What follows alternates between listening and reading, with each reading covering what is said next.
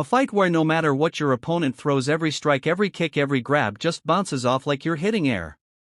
That's exactly what happened when Bruce Lee faced fighters who relied on raw power, fancy techniques, and relentless offense, but still couldn't touch him.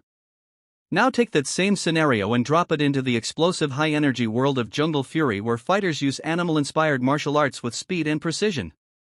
You'd think their lightning-fast strikes and unpredictable angles would break through any defense.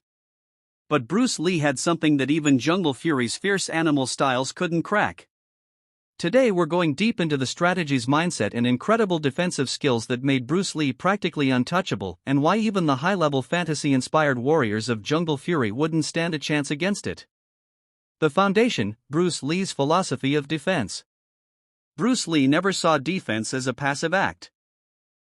For him, defense was not just about blocking attacks, it was about controlling the rhythm of the fight, breaking the opponent's confidence, and setting up his own devastating counters. He believed that if you're only blocking, you're already losing because you're reacting instead of dictating. In Jeet Kune Do, his personal martial art, the concept of interception played a huge role. Interception meant stopping an attack before it fully formed, reading the opponent's movement, predicting their next step, and neutralizing it before it became dangerous. Against Jungle Fury fighters whose moves often involve acrobatic strikes, sudden lunges, and deceptive angles, this philosophy would be devastating.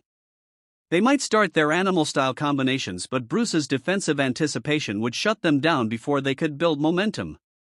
Reading the opponent, the core of Bruce's defense. What truly made Bruce Lee's defense unbeatable wasn't just physical skill. It was his ability to read an opponent's intentions. He trained his eyes and mind to pick up the tiniest cues: a shift in weight, a change in breathing, the subtle twitch of a shoulder before a punch, or the lowering of a knee before a kick. Against Jungle Fury fighters who use animal mimicry to disguise their real intent, Bruce would analyze not just their movements but the patterns underneath.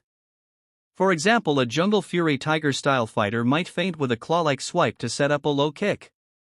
But Bruce would spot the slight drop in their center of gravity before the feint even started, allowing him to be ready with a perfect stop kick or a sidestep. This ability to predict attacks made his defense feel almost supernatural, as if he knew the future a split second before it happened. Footwork, the invisible shield. One of the biggest mistakes people make in thinking about defense is imagining it as purely arm-based: blocks, parries, deflections. But Bruce Lee's true defense started with his feet. His explosive light on the toes movement meant he was